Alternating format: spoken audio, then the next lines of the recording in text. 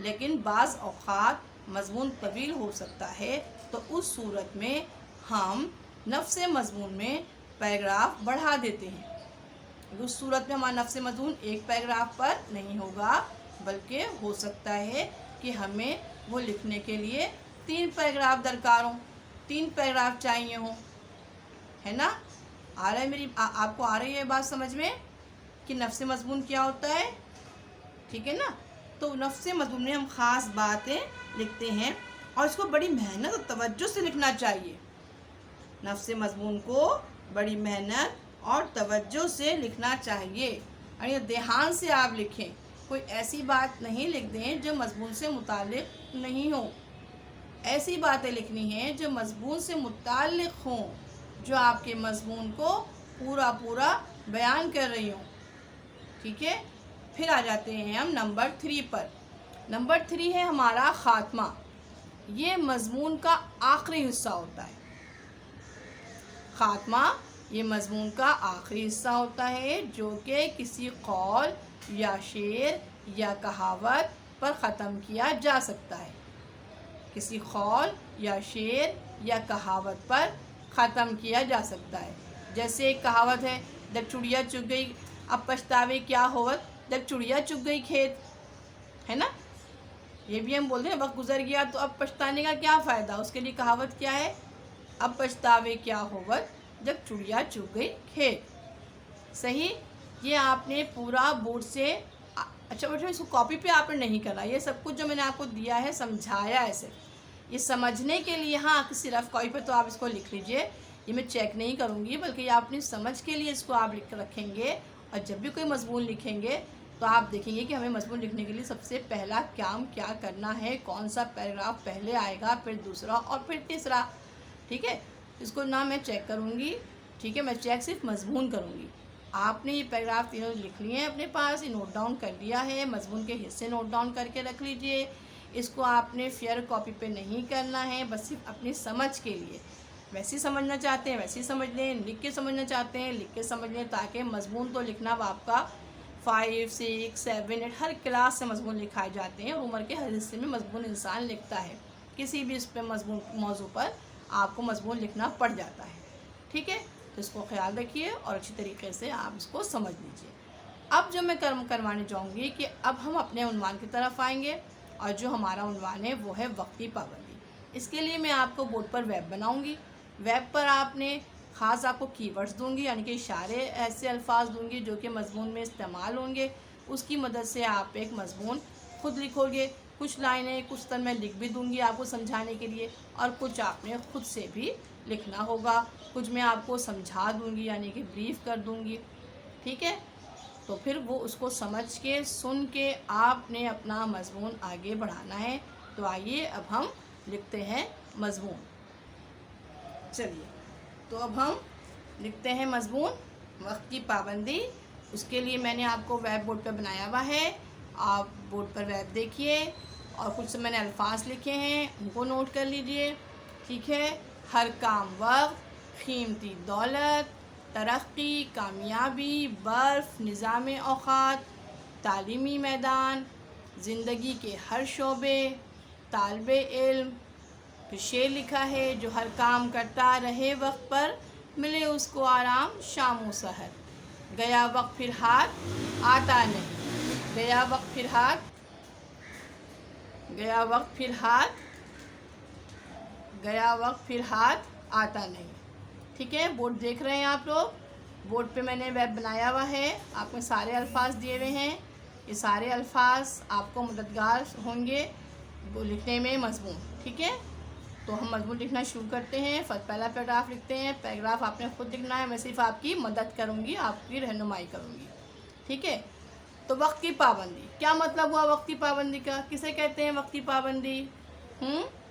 وقت کی پابندی سے مراد ہر کام کو وقت پر انجام دینا، وقت کی قدر و قیمت کرنا۔ ٹھیک ہے؟ جو انسان وقت کے پہچانتا ہے، وقت کی قدر و قیمت کو مد نظر رکھتا ہے، وہ ہر کام وقت پر کرتا ہے، کیونکہ وقت ایک قیمتی دولت ہے۔ جیسے آپ دولت کی قدر کرتے ہیں، دولت کو آپ جو ہے حفاظت سے رکھتے ہو، ٹھیک ہے، لیکن وقت کو حفاظ نہیں رکھنا، وقت تو ذرا خرچ ہونے والی چیز ہے، مگر اس کو کیسے خرچ کرنا ہے، ہمیں وقت کی قدر کر کے کرنا ہے، یعنی کہ جو بھی کام ہے وقت پر کام کریں، آج کا کام آج کریں، صحیح۔ وقت کی پابندی سے مراد وقت کی قدر و قیمت کرنا، ہر کام وقت پر کرنا، ٹھیک ہے۔ اور جو لوگ بھی، جو طالب علم وقت کی قدر کرنا جانتے ہیں، ہر کام کو وقت پر کرنا جانتے ہیں، وہ زندگی کے ہر شعبے میں کامیاب ہوتے ہیں، ٹھیک ہے۔ وقت کی مثال برف کی طرح ہے، جس طرح آپ برف کو رکھ دیں، برف کتنی جلدی پگھل جاتی ہے نا، اسی طریقے سے ہمیں کیا کرنا ہے، ہر کام وقت پہ کرنا ہے، وقت کی قدر و قیمت کرنی ہے، کیونکہ وقت برف کی مانند پگھل رہا ہے، جس کو ہم پکڑ نہیں سکتے، جس کو ہم اپنے ہاتھ میں بند نہیں کر سکتے، وہ گزر جائے گا وقت، اور جب وقت گزر جاتا ہے تو پھر واپس نہیں آتا۔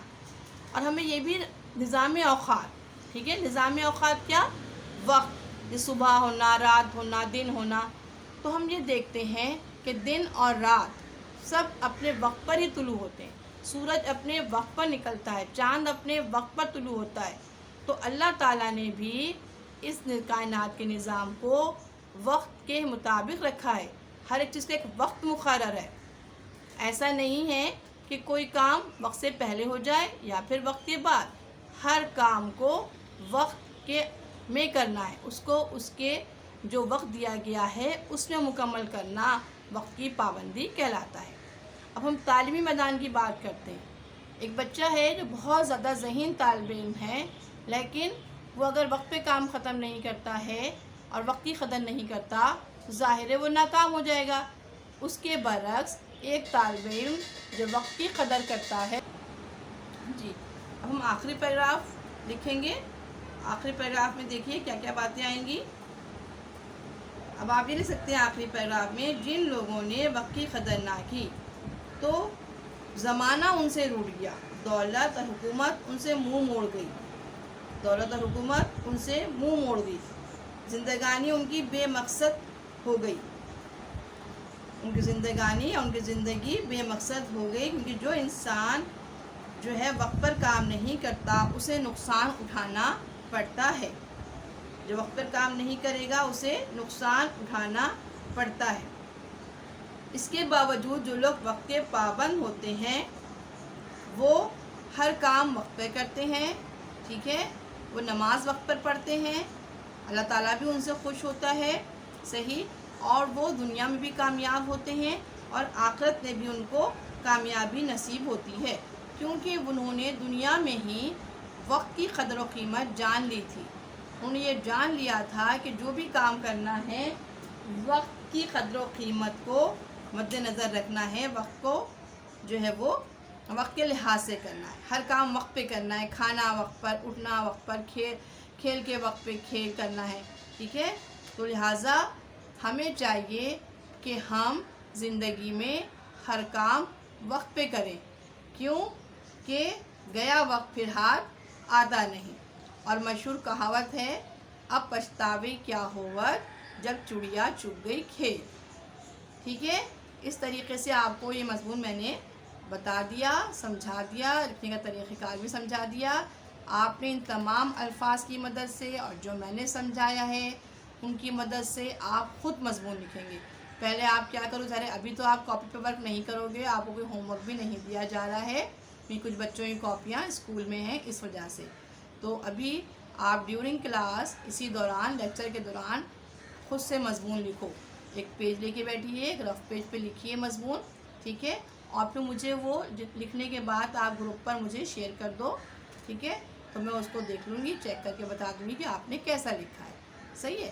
رف پیج پہ لکھ لیجئے، 3 پیراگراف ہونے چاہیے، 3 سے زیادہ نہیں، کہ اپنی کلاس کے لحاظ سے ظاہر ہے آپ کلاس 5 ہیں تو آپ کو کوئی بڑا مضمون نہیں لکھنا، بس 3 پیراگراف پر مشتمل آپ ایک مضمون لکھ لیجئے، ٹھیک ہے، ان تمام الفاظ کی مدد سے جو بورڈ پر تحریر ہوئے ہیں، ویب بنا ہوا ہے، اور پھر طریقہ کار کو بھی مد نظر رکھنا ہے کہ پہلا پیراگراف جس میں آپ نے وقت کی پابندی کا مفہوم بیان کرنا ہے کہ کیا مطلب ہے اس کا، اسے کیا کہتے ہیں وقت کی پابندی کو، یہ لکھیں گے۔ دوسرے پیراگراف میں جیسے میں نے آپ کو بتایا کہ کیوں اہمیت ہے اس کی وقت کی، اور پھر آپ کو یہ بتایا گیا کہ جو ہے وہ اللہ تعالیٰ نے بھی جو نظام بنایا ہے اس میں وقت کو اہمیت دی ہے، ٹھیک ہے، سورج اپنی وقت پر نکلتا ہے، ساری مثالیں میں نے آپ کو دی ہیں۔